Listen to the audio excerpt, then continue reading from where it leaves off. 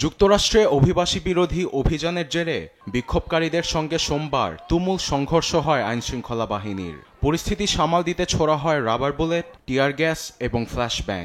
প্রাণ বাঁচাতে দিকবিদিক ছোটাছুটি করতে দেখা যায় বিক্ষোভকারীদের। রাস্তায় নামানো হয় ভারী সাজোয়াজান।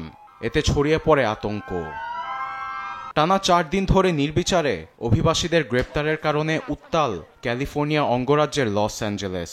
2000 ন্যাশনাল গার্ড রাস্তায় নামার পর সোমবার শহরে মোতায়েন করা হয়েছে 700 মেরিন সেনা। বিক্ষোভ ঠেকানোর পাশাপাশি অন্যান্য বাহিনীকে সহায়তা করতে কাজ করবে তারা। এতে পরিস্থিতি আরও উত্তপ্ত হবার আশঙ্কা করছেন অনেকেই।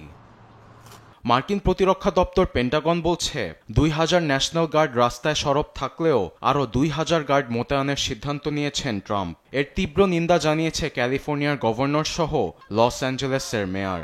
এসব ঘটনায় ট্রাম্পের বিরুদ্ধে মামলা ঠুকে দিয়েছে ক্যালিফোর্নিয়া কর্তৃপক্ষ, যেখানে ন্যাশনাল গার্ড মোতায়েনকে অসাংবিধানিক ঘোষণার আবেদন জানানো হয়। এদিকে লস অ্যাঞ্জেলেসের রাস্তায় হাতে স্লোগান ও মুখে প্রতিবাদী কণ্ঠ নিয়ে উপস্থিত শত শত মানুষ। ট্রাম্পের নিষ্ঠুর আচরণে অভিবাসীদের পাশাপাশি যোগ দিয়েছে মার্কিনিরাও।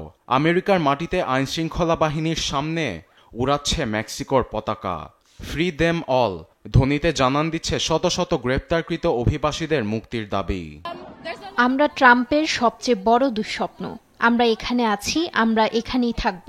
সবাই একতাবদ্ধ হয়ে এ পরিস্থিতি মোকাবেলা করব। ট্রাম্পের উপর আমরা অনেক ক্ষুব্ধ হয়ে আছি। নির্বিচারে সবাইকে গ্রেফতার করে অনেক পরিবার ধ্বংস করেছেন। এমন পরিস্থিতিতে বিক্ষোভকারীরা শান্তিপূর্ণ পথ বেছে নেওয়ার কথা বললেও ট্রাম্প হাজার হাজার নিরাপত্তা বাহিনী মোতায়েন করে পরিস্থিতি উস্কে দিয়েছে মনে করছেন বিশ্লেষকরা।